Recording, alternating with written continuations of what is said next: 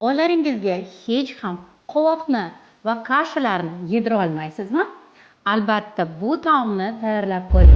Nafaqat bu kasha emas, foydali, balki mazalidir ham. Buning uchun bizga qovoq, tushonka va sut kerak bo'ladi. Birinchi o'rinda tushonkamizni 15-20 daqiqada qaynatib olamiz. Keyin esa qovoqni 5-10 daqiqa qaynatib olganingizdan keyin blenderga solib, sut bilan aralashtirib olamiz.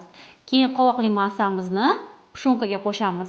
15 minut qaynatganimizdan keyin 0,5 choy qoshiq tuz solib, qarabsizki, kashamiz tayyor. Mani bir tanishim shifokor. Egizak farzandlari bor.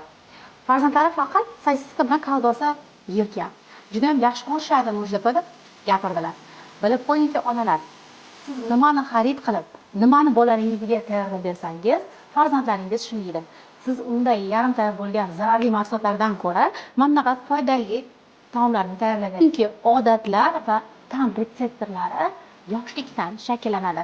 Albatta, kashamizni dasturxonga tortayotganda 5 gram, ya'ni 1 choy qoshiq eritilgan sariyog', ta'bga ko'ra yong'oqlar yoki-da cher qo'shishingiz ham mumkin.